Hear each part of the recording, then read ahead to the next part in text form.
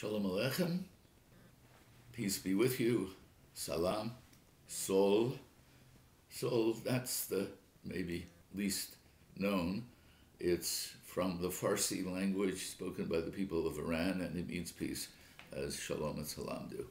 And welcome to those of you who have made important contributions to the Shalom Center with money and often as well with thought and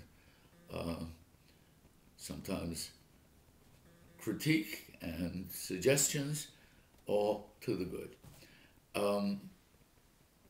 We had promised to have a live conversation with you all, and we sent out a notice about when it was going to be, but we sent out the notice only about a week before it was going to be, and for very, very many of you, that was just not enough time to schedule. So we're going to let you know that there's a place on our website you can get to, which will have this discussion. It's about Pesach, and I should say, we will, in fact, today or tomorrow, send you notice for the other three gatherings and maybe add on another Pesach one into the next year to make up for the fact that we're not actually talking, but I'm just getting to talk. And I would welcome your dropping me a note, Wasco, that's AWASKOW,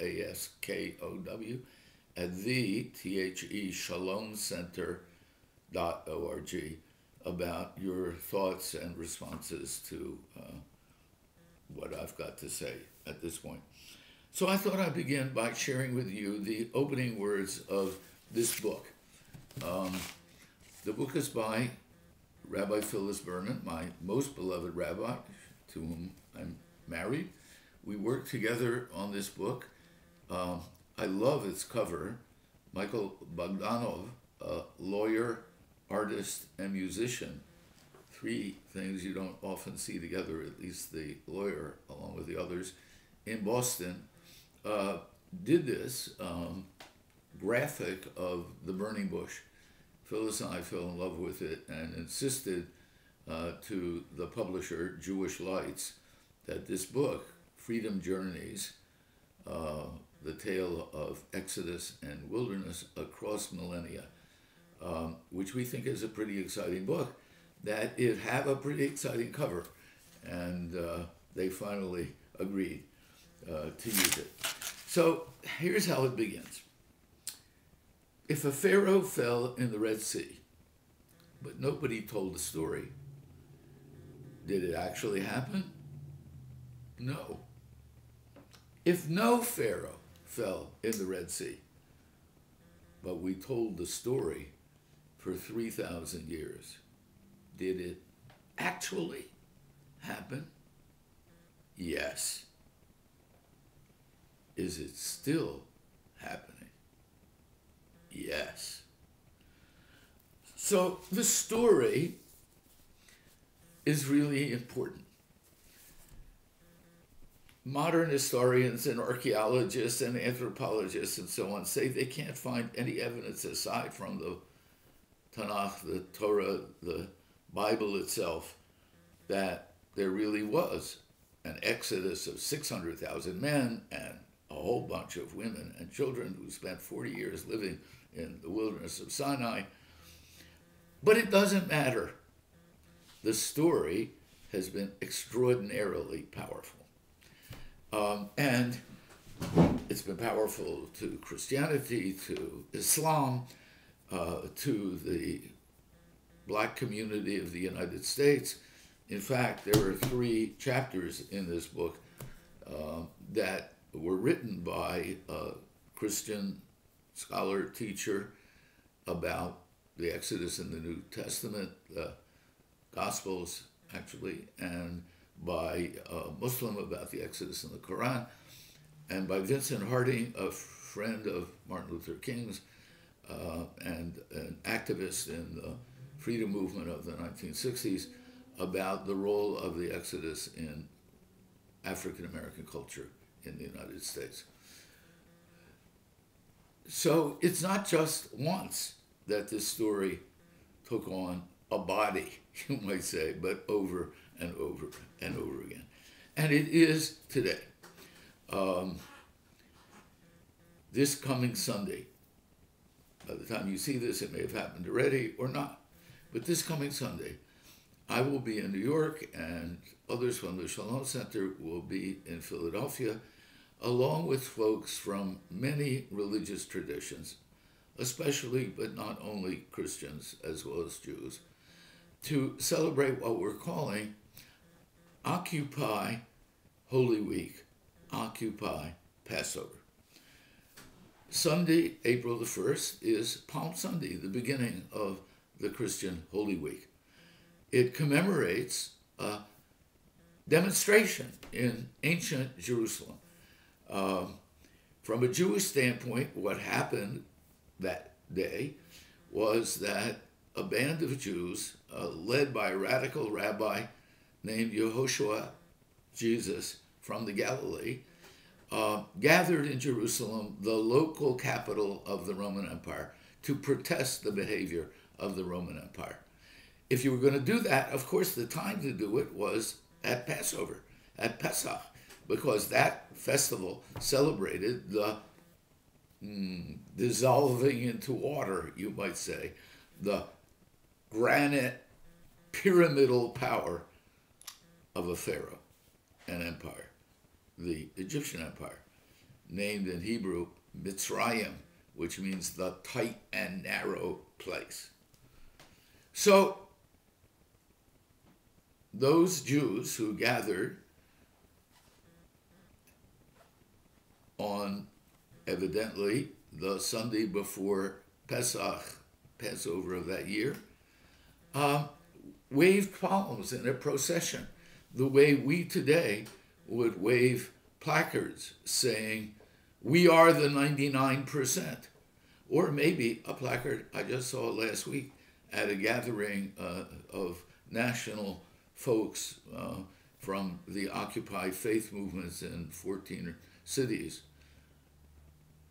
Corporations were not made in the image of God. A wonderful placard challenging the whole notion that corporations are people who are entitled to pour money into election campaigns as much as they like, who are entitled to many, many other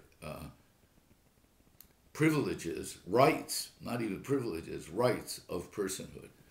So the Occupy movement has reopened the kind of energy that there was in that palm procession about 2,000 years ago, the kind of energy there was in those ancient Israelites and other folks as well who decided to leave the slave land of Mitzrayim, the tight and narrow space, and who found themselves at the edge of the Red Sea and had to decide whether they were going to take the chance to walk into the sea. As the rabbinic midrash says, the sea didn't split.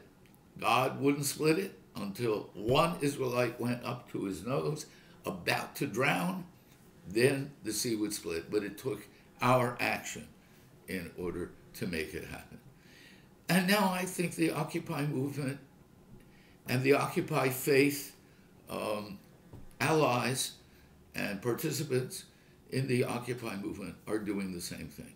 They are saying there are modern pharaohs, mostly global corporations, big oil, big coal, and some other big global corporations, big pharma, etc., and their allies and supplicants in the national governments of a number of countries, including, unfortunately, the United States.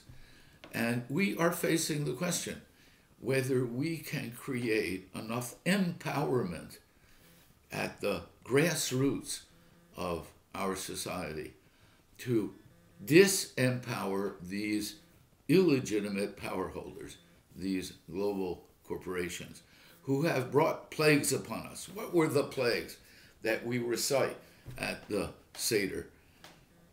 Blood, frogs, locusts, all those plagues, hailstorms. They were ecological disasters. And they weren't sent by a kind of super pharaoh in the sky as a kind of magic. They were the consequences of a cruel and arrogant and stubborn ruler. We've got cruel, arrogant, and stubborn rulers today in the form of those corporations.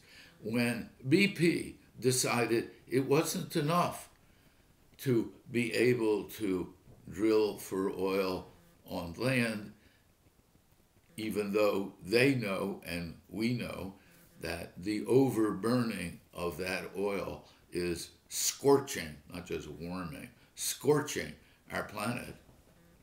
Even though they knew that, they decided they had to pierce Mother Earth, rape the Gulf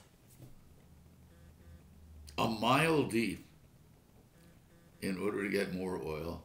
And the result of their doing that was that their own workers were killed aboard the oil rig, and species of fish and sea life and human beings lost their livelihoods and sometimes their lives. That's a plague. That's what the plagues were like. The fracking, the hydraulic fracturing that is going on in Pennsylvania and many other places is a plague that is bringing poisoned water into the drinking water now of farms in the fracking area, and if it goes on, into millions of homes in Philadelphia and other cities. So the question is before us: do we make a Pesach or not? It really is up to us. The Occupy folks who went into the streets were beckoning to all of us, not necessarily to go into the streets, but to act in all the ways that are possible to act. Sometimes by marches. On Palm Sunday, we will be holding palm processions that go to the centers of Pharaoh-like power in New York and in Philadelphia, and maybe other people who have read about this on email, other places. And then we will be having a new Freedom Seder. That's on our website. The site's address is www.theshalomcenter, all one word, .org. And on our homepage is the new Freedom Seder. Welcome you to that, and welcome you to write me. We will be sending you the information about the telephone conversations that we'll have throughout the rest of the year before some major festivals. Thanks. Shalom. It will be good to hear from you and to talk with you.